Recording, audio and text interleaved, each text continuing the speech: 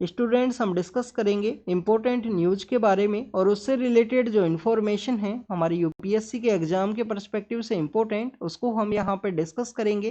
First news is regarding the USA के बारे में है। आप देखिए यूनाइटेड स्टेट ऑफ अमेरिका के जो फॉर्मर प्रेसिडेंट है डोनाल्ड ट्रंप, उनको मेन अक्यूज्ड वो माना गया है 6 जनवरी के वायलेंस के बिहाइंड में। बेसिकली जजमेंट को डिलीवर किया गया कोलोराडो नाम का एक स्टेट है यूएस के अंदर में, उसके सुप्रीम कोर्ट के द्वारा। आप देखें कि स्टूडेंट्स यूएस के अंदर जो स्टेट्स का जो हाईएस्ट कोर्ट है उसको हम सुप्रीम कोर्ट के रूप से जानते हैं। इंडिया के अंदर आपको जो स्टेट्स का जो हाईएस्ट कोर्ट है वो हाई कोर्ट के रूप से जाना जाता है, और इंडिया के अंदर आपको इंटीग्रेटेड जुडिशरी है वो भी देखने के लिए मिलता है। इसके अलावा देखिए कि आप काफ़ी सारे ऐसे प्रोविजन हैं इंडिया के जो कॉन्स्टिट्यूशन के जो फ्रेमर्स है जिनके द्वारा यूएस के कॉन्स्टिट्यूशन से लिए गए थे उस समय में, जैसे कि इंडिपेंडेंस ऑफ जुडिशरी का एक कॉन्सेप्ट है जो भी हमारे कॉन्स्टिट्यूशन के जो फ्रेमर्स हैं उनके द्वारा यूएस के वहाँ से ही कैरी किया गया था।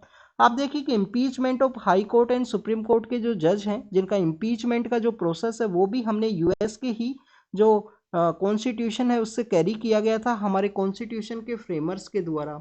इसके अलावा फंडामेंटल राइट है, फंडामेंटल राइट के अलावा जो ऑफिस ऑफ वाइस प्रेसिडेंट है, ऑफिस ऑफ वाइस प्रेसिडेंट के अलावा प्रेसिडेंट का जो इम्पीचमेंट प्रोसेस है वो भी हमने यहाँ पे कहाँ से लिया था, हाँ यूएस का जो कॉन्स्टिट्यूशन है उससे ही कैरी किया गया था। अगर हम 6 जनवरी के इंसिडेंट के बारे में डिस्कस करें स्टूडेंट, 6 जनवरी 2021 के समय में जब इलेक्शन के बाद में जो न्यू प्रेसिडेंट है वो पावर के अंदर में आने वाले थे, तो उस समय डोनाल्ड ट्रंप के जो सपोर्टर्स हैं उनके द्वारा एक वायलेंस है उसको कैरी आउट किया गया था यूएस के अंदर जो कैपिटल हिल्स का जो एरिया है वहाँ पे।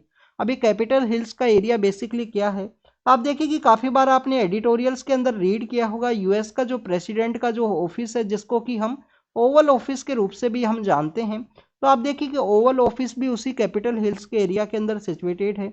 जैसे कि आप देखिए कि इंडिया के अंदर आपको रायसीना हिल्स का जो एरिया देखने के लिए मिलता है जो कि हमारा बेसिकली एक पावर हाउस का एरिया है, हमारे जो इम्पोर्टेंट ऑफिस हैं जहाँ से पावर के जो डिसीजंस है वो लिए जाते हैं गवर्नमेंट के, वो वहीं पे सिचुएटेड हैं रायसीना हिल्स के एरिया के अंदर में। तो वैसे ही वहाँ पे जो कैपिटल हिल्स का एरिया है यूएस के अंदर में जहाँ पे यूएस का जो प्रेसिडेंट का जो ऑफिस है वो भी सिचुएटेड है, वहाँ पे जो वायलेंस है वो कैरी आउट किया गया था डोनाल्ड ट्रंप के जो सपोर्टर्स हैं उनके द्वारा।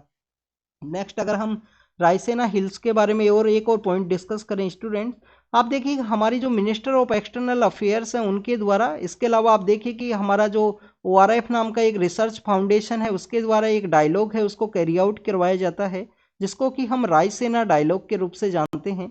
2016 के समय इसको स्टार्ट किया गया था रायसेना डायलॉग को, जिसके वहाँ पे डिप्लोमेटिक जो डिस्कशंस है उसको वहाँ पे कैरी आउट किया जाता है। अगर हम कोलोराडो का जो लोकेशन है उसके बारे में अगर हम डिस्कस करें स्टूडेंट्स, तो सपोज कीजिए कि यूएस का मैप है, यूएस के मैप के अंदर आपको south western part of US है जहाँ पे सैन फ्रांसिस्को है, लॉस एंजलस का जो एरिया है वो सिचुएटेड है।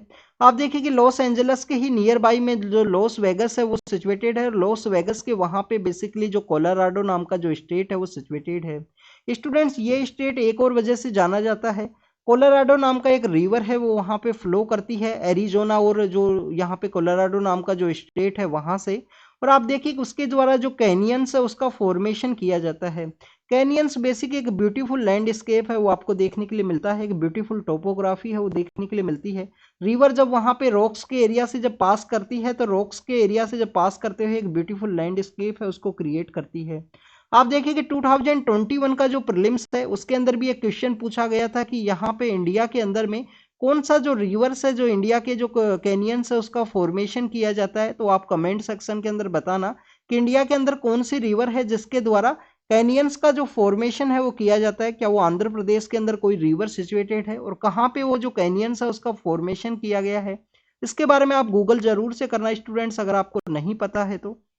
नेक्स्ट अगर हम बात करें हमारे जो क्रिमिनल लॉज है उससे रिलेटेड न्यूज़ है, आप देखिए कि लोकसभा के अंदर में जो क्रिमिनल लॉज हैं जिनको फिर से प्रपोज किया गया था और उनको पास कर लिया गया है लोकसभा के अंदर में, ये बेसिकली लॉज हैं यहाँ पे जो ब्रिटिश एरा के जो लॉज हैं उनको ये रिप्लेस करेंगे। आप देखिए कि ब्रिटिश एरा के समय में हमारा जो आईपीसी है इंडियन पीनल कोड है वो देखने के लिए मिलता है, आईपीसी को यहाँ पे रिप्लेस किया जाएगा भारतीय न्याय संहिता के द्वारा। आईपीसी के अगर हम फॉर्मेशन के बारे में बात करें तो 1860 के समय इसको फॉर्म किया गया था, इसका जो ड्राफ्टिंग है मकोले के द्वारा कैरी आउट किया गया। इसके अलावा आप देखिए कि सीआरपीसी नाम का जो कोड है सीआरपीसी 1898 के समय स्टेब्लिशमेंट में आया था। आप देखिए कि सीआरपीसी को रिप्लेस किया जाएगा भारतीय साक्ष्य संहिता के थ्रू। और अगर हम बात करें इंडियन एविडेंस एक्ट के बारे में, जो 1972 के समय इस्टेब्लिशमेंट में आया, इंडियन एविडेंस एक्ट को यहाँ पे रिप्लेस किया जाएगा भारतीय बेसिकली साक्ष्य संहिता के रूप से। जो साक्ष्य संहिता है उसके रूप से यहाँ पे रिप्लेस किया जाएगा। यहाँ पे बेसिकली डिस्कशन के दौरान काफ़ी कुछ चीज़ें हैं उनके बारे में बताया गया है। सेडिशन का एक प्रोविज़न है, यहाँ पे टेररिज्म का जो प्रोविज़न है उसके बारे में डिस्कस किया गया। आप देखें यूएपीए एक्ट होने के साथ ही जो टेररिज्म है उसको भी यहाँ पे डिफाइन किया गया है। सेडिशन के बारे में अगर हम बात करें, पहले उसका एक मीनिंग हुआ करता था राजद्रोह, मीन्स जो ब्रिटिश का जो राज हुआ करता था उसके अगेंस्ट में कोई भी यहाँ पे जो एक्टिविटी है उसको कैरी आउट किया करते थे उसको राजद्रोह कहा जाता था। अब यहाँ पे उस वर्ड को रिप्लेस किया गया है देशद्रोह के साथ में। अगर आप एंटी कंट्री कोई भी सेंटिमेंट को कैरी आउट करते हो तो बेसिकली आपको जो सेडिशन का जो चार्ज है वो लगाया जाएगा। नेक्स्ट अगर हम बात करें स्टूडेंट्स, यहाँ पे इन्वेस्टिगेशन का जो टाइम पीरियड है उसके बारे में भी बात की गई है। आप देखिए कि एफआईआर को बताया गया है कि 3 डेज के अंदर आपको एफआईआर है वो यहाँ पे फाइल करना होगा। एफआईआर को 3 डेज के अंदर में फाइल करना होगा। प्रिलिमिनरी जो इंक्वायरी है उसको 14 डेज के अंदर कैरी आउट करना होगा। चार्जशीट को आपको 90 डेज के अंदर फाइल करना होगा। तो काफ़ी कुछ ऐसे प्रोविजन है जिसके अंदर टाइम बाउंड इन्वेस्टिगेशन है उसके प्रोविजंस यहाँ पे ऐड किए गए हैं। और आप देखिए कि जो हमारे क्रिमिनल लॉज हैं कॉलोनियल एरा के समय के थे तो उनको रिप्लेस करने का ज़रूरत भी है, क्योंकि प्रेजेंट समय में क्योंकि जो क्राइम का जो रेट है वो चेंज हुआ है, क्राइम के जो डोमेन है वो यहाँ पे चेंज हुए हैं। तो उनको डील करते हुए नए जो क्रिमिनल लॉज हैं उनकी ज़रूरत थी। ब्रिटिश एरा के जो कानून हैं उनको रिप्लेस करने का जो समय है वो आ चुका था, क्योंकि काफ़ी ओल्ड है वो उस समय के। तो यहाँ पे जो हमारे मिनिस्टर हैं उनके द्वारा भी कहा गया है कि बेसिकली ये जो कॉलोनियल जो माइंडसेट है उसको भी ये रिप्लेस करेगा। यहाँ पे अगर हम बात करें, आप देखिए कि अपोजिशन पार्टीज के जो 97 जो मेंबर ऑफ पार्लियामेंट्स है वो यहाँ पे बेसिकली जो सस्पेंड किया गया है उनको हाउस के प्रोसीडिंग के अंदर पार्टिसिपेट करने से। तो काफ़ी कम लोग हैं जो अपोजिशन के यहाँ पे प्रेजेंट थे इस बिल का जो वोटिंग है उसके समय में। नेक्स्ट अगर हम बात करें लोकसभा से 2 और जो मेंबर ऑफ पार्लियामेंट्स है उनको सस्पेंड किया गया, उनके द्वारा जो प्रोटेस्ट है उसके द्वारा कैरी आउट किया गया था। और आप देखिए अपोजिशन का डिमांड बेसिकली ये है कि जो सिक्योरिटी ब्रीच हुआ 13 दिसंबर के समय में उसके रिगार्डिंग में जो स्टेटमेंट है वो इश्यू किया जाए मिनिस्टर ऑफ होम अफेयर्स के द्वारा। इसके अलावा यहाँ पे एक और डिमांड देखने के लिए मिलती है कि सिक्योरिटी ब्रीच का जो इंसिडेंट है वो क्यों देखने के लिए मिला, क्या उसका इंक्वायरी है उसको कैरी आउट किया गया है, उन सभी के बारे में यहाँ पे जो डिमांड है अपोजिशन के द्वारा किया गया था। सस्पेंशन प्रोसेस के बारे में ऑलरेडी हम डिस्कस कर चुके हैं कि यहाँ पे जो हमारे 2 हाउसेज हैं उनके जो रूल्स हैं उनके अकॉर्डिंग में जो सस्पेंशन है वो किया जाता है। लोकसभा के डिफरेंट रूल्स हैं, राज्यसभा के डिफरेंट रूल्स हैं, उनके थ्रू इनका सस्पेंशन है वो देखने के लिए मिलता है। आप देखें कि नेक्स्ट अगर हम बात करें स्नो का पर्सपेक्टिव से एक फ़ोटो है उसको यहाँ पे दिखाया गया है। आप देखें कि ये बेसिकली जो एरिया है बारामुल्ला का एक एरिया है, बारामुल्ला जो कि जम्मू एंड कश्मीर के अंदर में है।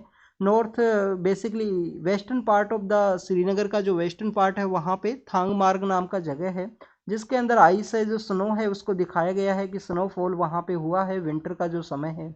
आप देखिए कि विंटर के समय के रिगार्डिंग में आपको एक और इन्फॉर्मेशन पता होना चाहिए। हमारे कश्मीर के अंदर 14 डेज का जो हार्श विंटर का एक समय आता है जिसको कि हम चिल्ली कल्लान के नाम से जानते हैं। चिल्ली कल्लान नाम सा एक जो 14 डेज का एक हार्श विंटर का जो समय है वो आपको स्पेशली कश्मीर के अंदर देखने के लिए मिलता है जिसको चिल्ली कल्लान के नाम से जाना जाता है। कोविड-19 का जो न्यू वेरिएंट है JN.1 उसके जो 21 जो केसेज हैं वो देखने के लिए मिले हैं। तो आप देखिए कि इसके रिगार्डिंग में जो एडवाइजरी है वो भी इशू किया गया है मिनिस्ट्री ऑफ हेल्थ के द्वारा। इसके बारे में भी आपको जानकारी होनी चाहिए। नेक्स्ट अगर हम बात करें स्टूडेंट्स, आप देखिए कि यहाँ पे एक बेसिकली जो डांस है उसको शो किया गया है। आंध्र प्रदेश के रीजन के अंदर ये जो डांस है जिसको कि स्टिक डांस के रूप से भी जाना जाता है, डांस का नाम है स्टूडेंट्स कोलाटम। कोलाटम नाम का जो डांस है कोलाटम। आप देखिए कि ऐसा ही एक डांस गुजरात के अंदर जो डांडिया है उसको कैरी आउट किया जाता है। और ये जो कोलाटम नाम का जो डांस है वो कहाँ पे किया गया जाता है स्टूडेंट्स, आंध्र प्रदेश के रीजन के अंदर में। यहाँ पे ग्रुप के अंदर में बेसिकली जो चिल्ड्रंस है उनके द्वारा स्टिक लिया जाता है और स्टिक के पर्सपेक्टिव से जो डांस है वो कैरी आउट किया जाता है। गुजरात के अंदर में आपको क्या देखने के लिए मिलता है, डांडिया एक डांस आपको देखने के लिए मिलता है, उसके अंदर भी स्टिक्स को ऐसे ही यूज किया जाता है। उस समय दुर्गा पूजा के फेस्टिवल के दौरान स्पेशली जो डांडिया है उसको परफॉर्म किया जाता है। नेक्स्ट अगर हम बात करें स्टूडेंट्स गुजरात के ही बारे में, तो आप देखिए कि यूनेस्को का जो इंटेंजिबल कल्चरल हेरिटेज है यूनेस्को का जो इंटेंजिबल कल्चरल हेरिटेज है उसके अंदर में गुजरात का एक रिसेंटली एक नया जो चीज़ है उसको ऐड किया गया था।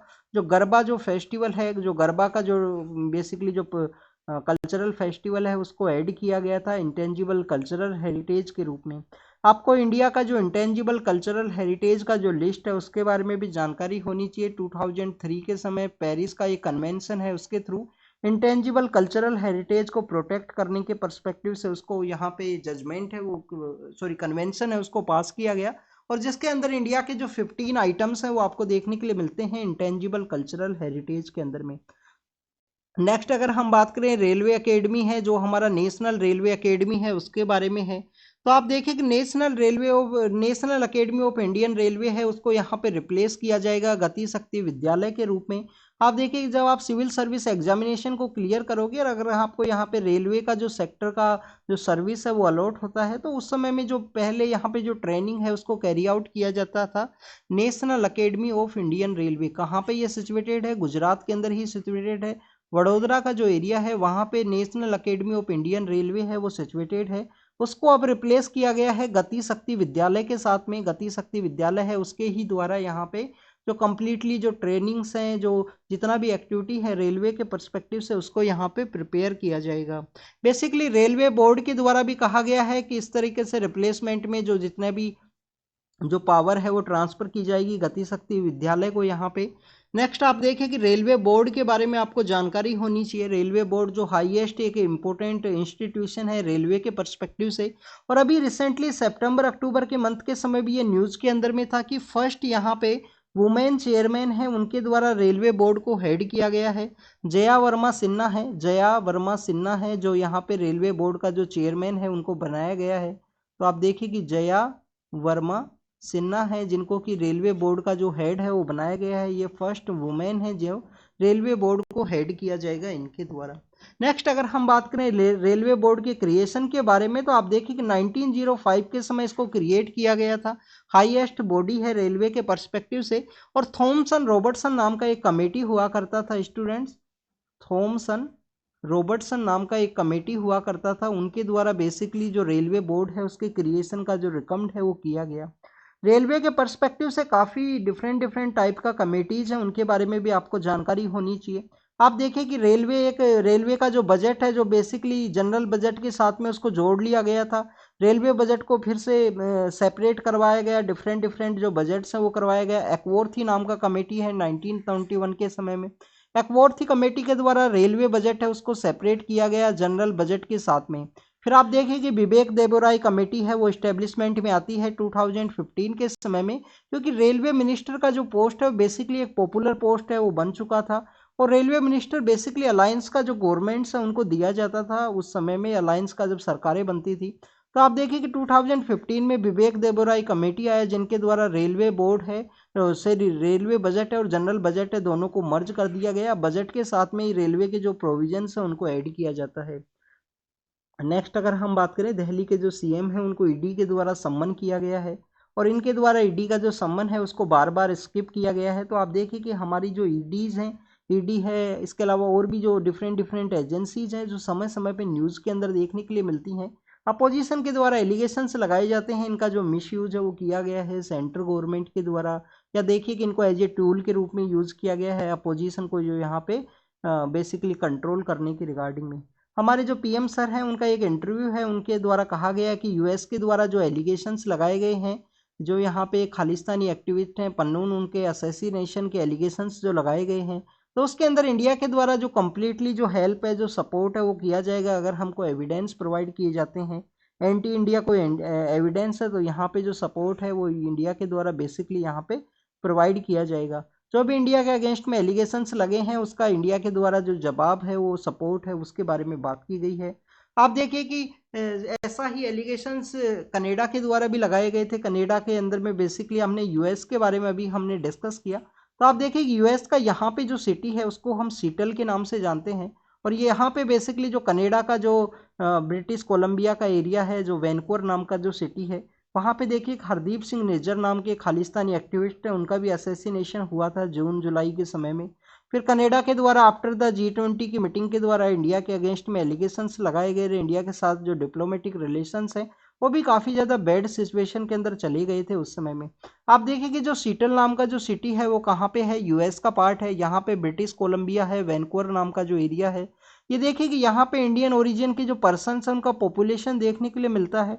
इवन हमारा जो मॉडर्न इंडियन हिस्ट्री है उसके समय भी आपको इनका पॉपुलेशन है वो देखने के लिए मिलेगा।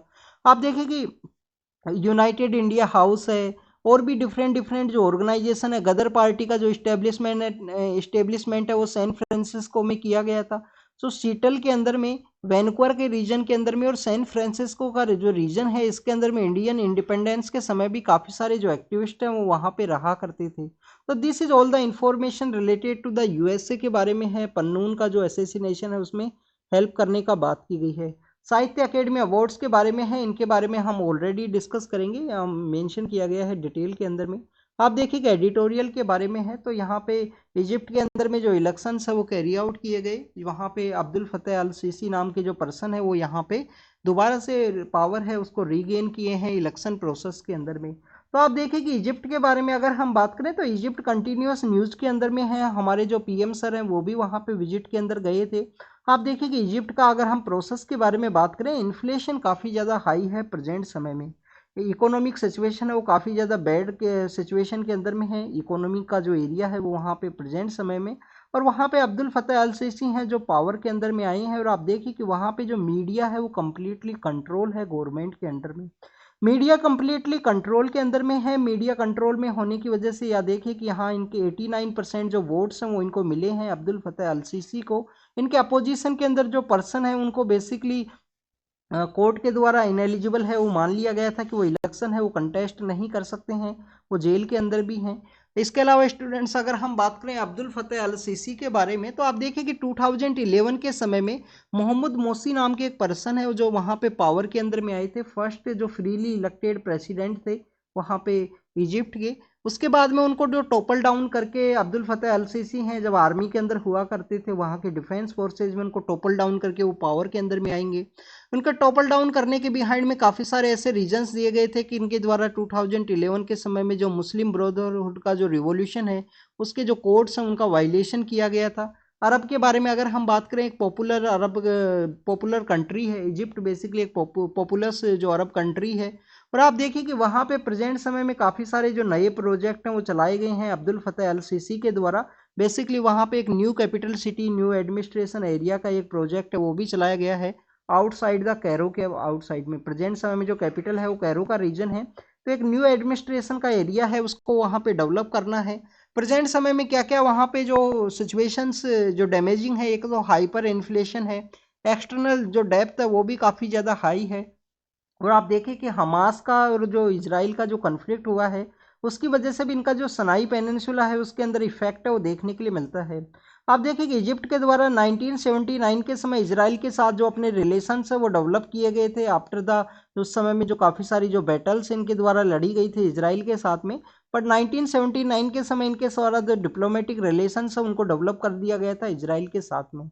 बाद में जो इजिप्ट का जो मेन पावर है, मुस्लिम जो वर्ल्ड है उसके अंदर में जो मेन पावर है उससे डिक्लाइन होते हैं।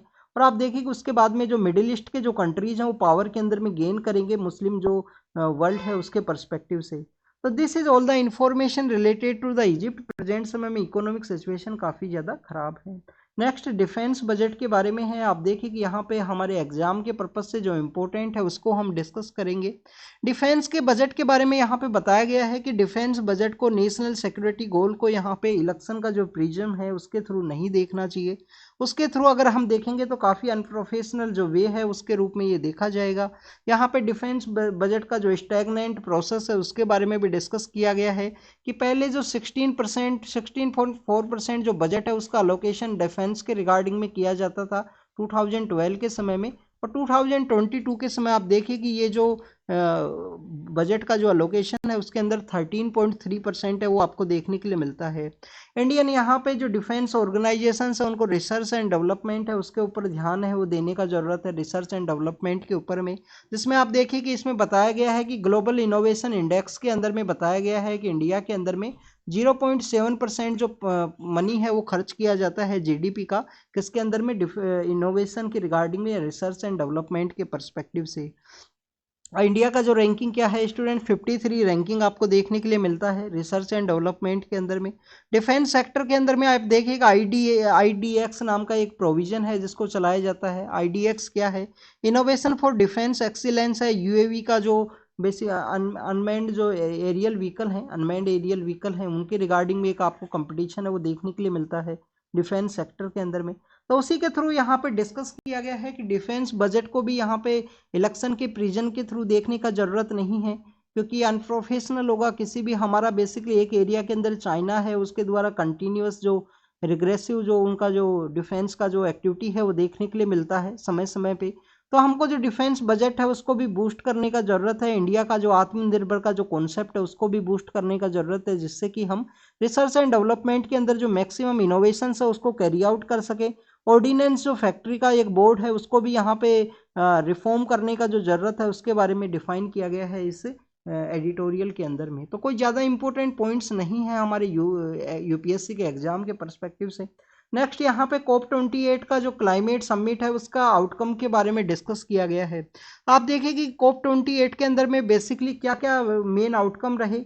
एक तो आप देखिए कि UNFCCC का जो COP28 का मीटिंग है वो कहाँ पे ऑर्गेनाइज हुआ, दुबई के अंदर ऑर्गेनाइज हुआ है। दुबई की इस मीटिंग के अंदर काफ़ी कुछ जो आउटकम्स है उनको डिस्कस किया गया है। इंडिया के परस्पेक्टिव से भी जो इम्पोर्टेंट है उनको हम यहाँ पे डिस्कस करेंगे। सबसे पहले आप देखिए कि लॉस एंड डैमेज का जो फंड है, लॉस एंड डैमेज का जो फंड है वो यहाँ पे इस्टेब्लिशमेंट में आया। लॉस एंड डैमेज के फंड के अंदर में US बेसिकली है हाईएस्ट एमिटर का जो रोल है वो प्ले करता है, बट उनके द्वारा जो 17.5 बिलियन है वही यहाँ पे इन्वेस्ट किए गए हैं लॉस एंड डैमेज फंड के अंदर में। लॉस एंड डैमेज फंड का जो एडमिनिस्ट्रेशन है वर्ल्ड बैंक के द्वारा कैरी आउट किया जाएगा। आप देखिए कि वर्ल्ड बैंक के रिगार्डिंग में जो डेवलपिंग कंट्रीज हैं या जो यहाँ पे जो लिस्ट डेवलपिंग कंट्रीज हैं उनका एक सस्पिशियस देखने के लिए मिलता है कि वर्ल्ड बैंक एंड IMF जो बेसिकली ब्रेटन वुड कॉन्फ्रेंस के ट्विन्स हैं उनके द्वारा बेसिकली जो डेवलप्ड कंट्रीज हैं उनको रेफर किया जाता है। तो अभी प्रेजेंट समय में वर्ल्ड बैंक के द्वारा लॉस एंड डैमेज फंड है उसका एडमिनिस्ट्रेशन है उसको कैरी आउट किया जाएगा। ग्लोबल स्टेक टेक है वो भी आपको देखने के लिए मिलता है। ग्लोबल स्टेक टेक बेसिकली यहाँ पे कंट्रीज का जो पेरिस का जो एग्रीमेंट है उसके रिगार्डिंग में जो प्रोग्रेस है उसको मॉनिटर करने के परस्पेक्टिव से एक इम्पोर्टेंट है। ग्रीन क्लाइमेट फंड है उसका यहाँ पे ग्रीन क्लाइमेट फाइनेंस है उसका यहाँ पे इस्टेब्लिशमेंट किया गया, जिसके अंदर भी बेसिकली यहाँ पे जो डिफरेंट जो प्रोजेक्ट्स हैं अडोप्टेशन एंड मिटिगेशन के जो प्रोजेक्ट्स हैं उसको ये हेल्प करेगा। Green climate fund finance, green climate fund है या फाइनेंस है जो किसी को हेल्प करेगा, developing countries and list developing जो कंट्री हैं स्मॉल आइलैंड जो कंट्रीज हैं उनको ये हेल्प करेगा अडप्टेशन एंड मिटिगेशन के इफर्ट्स के अंदर में। नेक्स्ट अगर हम बात करें एक इन्वेस्टमेंट इनिशिएटिव है जिसको भी वहाँ पे चलाया गया है जिसको कि हम अल्टीरा के नाम से हम जानते हैं, एक इन्वेस्टमेंट का जो बेसिकली इनिशिएटिव है जिसको भी वहाँ पे चलाया गया। ग्लोबल मीथेन का जो प्लेज है उसको साइन किया गया और मीथेन को रिकॉग्नाइज भी किया गया है स्टूडेंट्स की यहाँ पे एक ग्लोबल वार्मिंग पोटेंशियल है जो मीथेन का किस तरीके से है उसको भी वहाँ पे बताया गया है। नेक्स्ट अगर हम इंडिया के पर्सपेक्टिव से डिस्कस करें तो आप देखिए कि फॉसिल फ्यूल्स का जो ट्रांजिशन है उसके बारे में बात की गई है। हेल्थ का क्या इम्पैक्ट देखने के लिए मिलता है क्लाइमेट चेंज की वजह से उसके बारे में भी यहाँ पे डिस्कस किया गया है, जिसके अंदर में यहाँ पे COP28 की मीटिंग के समय WHO है उसका भी जो आपको जो साथ है वो देखने के लिए मिलता है, जिसके थ्रू हेल्थ के जो इम्पैक्ट्स हैं उनको वहाँ पे डिस्कस किया गया। तो this is all the information of outcome of the COP28, जिसके अंदर आपको लॉस एंड डैमेज फंड है, ग्लोबल स्टेक टेक जो कि पेरिस एग्रीमेंट की प्रोग्रेस है उसको मॉनिटर करने के रिगार्डिंग में, ग्रीन क्लाइमेट फाइनेंस है जो बेसिकली अडप्टेशन एंड मिटिगेशन के रिगार्डिंग में स्मॉल आइलैंड कंट्रीज के बारे में, एक इन्वेस्टमेंट इनिशिएटिव है जो अल्टीरा नाम का एक इन्वेस्टमेंट इनिशिएटिव है जिसको चलाया गया जिसमें इन्वेस्टमेंट किया जाए जिससे कि यहाँ पे जो डिफरेंट टाइप के जो प्रोविजंस है उसको ऐड किया जा सके और क्लाइमेट फाइनेंस है उसको यहाँ पे मोबिलाइज किया जा सके। ग्लोबल यहाँ पे मीथेन का जो प्लेज है उसको कैरी आउट किया गया, क्लाइमेट चेंज का जो हेल्थ का इम्पैक्ट है उसके रिगार्डिंग में इस समिट के अंदर जो WHO है उसका प्रेजेंस आपको देखने के लिए मिलता है। तो ऐसे काफ़ी सारे इनिशिएटिव्स हैं। फॉसिल फ्यूल से जो ट्रांजिशन है उसके बारे में ऑलरेडी हम डिस्कस कर चुके हैं। नेक्स्ट अगर हम बात करें स्टूडेंट्स, कोलेरा के जो केसेज हैं वो देखने के लिए मिले हैं राउरकेला का जो एरिया है उड़ीसा के अंदर में, वहाँ पे कुछ बच्चों के अंदर में। कोलेरा के बारे में अगर हम बात करें तो बैक्टीरिया विबरियो कोलेरिया नाम का एक बैक्टीरिया है जिसकी तरह से आपको देखने के लिए मिलता है इंटेस्टाइन को ये मेनली इम्पैक्ट करता है। चिल्ड्रंस के अंदर आपको जो मैक्सिमम आपका इसका इम्पैक्ट है वो देखने के लिए मिलता है। पर आप देखिए कि कंटामिनेटेड जो वाटर है, कंटामिनेटेड जो फूड है, उसके अंदर अगर इसका प्रेजेंस है तो इसकी वजह से जो डायरिया है उसका इंसिडेंट होता है और उसकी वजह से जो इंटेस्टाइन है उसके ऊपर इफेक्ट और डेथ भी आपको देखने के लिए मिलती है। तो ये बेसिकली कोलेरा के बारे में है। नेक्स्ट अगर हम JN1 जो केसेज हैं उनके बारे में डिस्कस किया गया कि एडवाइजरी यहाँ पे इशू की गई है बेसिकली किसके द्वारा, गवर्नमेंट के द्वारा। नेक्स्ट आप देखें कि मणिपुर के अंदर जो इंसिडेंट सामने आए थे मई जून के समय में, जो वायलेंस वहाँ पे हुआ था, तो उन लोगों का जो ब्यूरियल्स का जो सेरेमनी है उसको कैरी आउट किया गया है, ब्यूरियल्स का जो एक्टिविटी है उसको कैरी आउट किया गया है।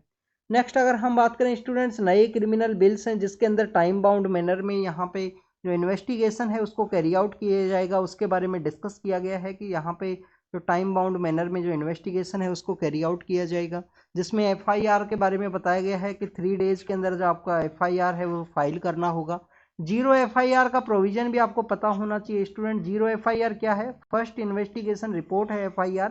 0 FIR निर्भया केस के बारे में अमेंड किया गया था। आप देखिए कि किसी पुलिस स्टेशन का अगर कोई टेरिटोरियल एरिया नहीं है, ज्यूरिसडिक्शन नहीं है, तो वहाँ पे भी 0 FIR है वो फाइल की जा सकती है। नेक्स्ट यहाँ पे टाइम बाउंड मैनर में इन्वेस्टिगेशन में जो प्रीलिमिनरी इंक्वायरी है उसके बारे में बताया गया है। 14 डेज के अंदर आपको इंक्वायरी है उसको कैरी आउट करना होगा। 90 डेज के अंदर आपको जो चार्जशीट है वो लिखना होगा, चार्जशीट को फाइल करना होगा कोर्ट के अंदर में। आप देखिए कि काफ़ी सारे केसेज में प्रेजेंट समय में देखने के लिए मिलता है कि पुलिस के द्वारा जो चार्जशीट है वो फाइल नहीं की जाती है काफ़ी दिनों तक। अगर हम चार्जशीट के बारे में बात करें तो चार्जशीट कोई भी पब्लिक डॉक्यूमेंट नहीं है। सुप्रीम कोर्ट के द्वारा लास्ट ईयर जनवरी के समय माना गया था कि चार्जशीट बेसिकली क्या नहीं है, चार्जशीट बेसिकली कोई भी पब्लिक डॉक्यूमेंट नहीं है। इसके थ्रू यहाँ पे जो अक्यूज्ड है उनका जो प्राइवेसी है उसका वायलेशन देखने के लिए मिलता है, उनकी रिगार्डिंग जो इन्फॉर्मेशन है उसका यहाँ पे जो वायलेशन है वो देखने के लिए मिलता है।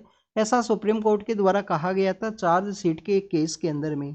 नेक्स्ट अगर हम बात करें स्टूडेंट्स, उन्हीं सब प्रोविजंस के बारे में डिस्कस किया गया है कि टाइम बाउंड मैनर के अंदर में इन्वेस्टिगेशन किस तरीके से कैरी आउट किया जाएगा पुलिस एजेंसीज के द्वारा, उसके बारे में। नेक्स्ट आप देखिए कि साहित्य अकेडमी जो अवार्ड्स हैं उनको अनाउंस किया गया है। तो हमारे यहाँ पे जो ज्ञानपीठ अवार्ड्स हैं, जो ज्ञानपीठ अवार्ड्स हैं, उनके बाद में सेकंड नंबर के लिटरेरी अवार्ड्स आपको देखने के लिए मिलते हैं। साहित्य अकेडमी अवार्ड्स 1954 के समय साहित्य अकेडमी को इस्टेब्लिश किया गया था। आप देखिए कि यहाँ पे जो कैश प्राइज है वो भी यहाँ पे दिया जाता है साहित्य अकेडमी अवार्ड्स के अंदर में। कौन कितनी लैंग्वेज के अंदर में साहित्य अकेडमी अवार्ड्स हैं वो जो अनाउंस किए जाते हैं, 24 लैंग्वेज के अंदर आपको देखने के लिए मिलते हैं। 22 लैंग्वेज तो बेसिकली हमारे यहाँ पे जो शेड्यूल के अंदर में जो शेड्यूल लैंग्वेज हैं, शेड्यूल 8 के अंडर में यहाँ पे डिफाइन की गई हैं। और 2 लैंग्वेज हैं बेसिकली जो इंग्लिश लैंग्वेज और राजस्थानी जो लैंग्वेज है उसके अंदर में यहाँ पे जो साहित्य अकेडमी अवार्ड्स हैं वो दिए जाते हैं। तो this is all the information related to the Sahitya Akademi awards. आपको साहित्य अकेडमी का जो इस्टेब्लिशमेंट है उनके बारे में भी पता होना चाहिए, कब उसका इस्टेब्लिशमेंट है वो कैरी आउट किया गया था। नेक्स्ट अगर हम बात करें स्टूडेंट, थाईलैंड के द्वारा गन्स के जो लाइसेंस है उसके बारे में बैन लगाया गया है। आप देखिए कि वहाँ पे एक वायलेंस है वो सिचुएशन देखने के लिए मिला, जैसा आपको US के अंदर काफ़ी बार देखने के लिए मिलता है गन फायर के इंसिडेंट, क्योंकि वहाँ पे राइट टू लाइसेंस है। नेक्स्ट अगर हम बात करें कोंगो के अंदर वोटिंग है उसको बताया गया है, कोंगो का ईस्टर्न पार्ट है वहाँ पे वायलेंस है। कुवैत के जो नए आमिर हैं वो पावर के अंदर में आए हैं।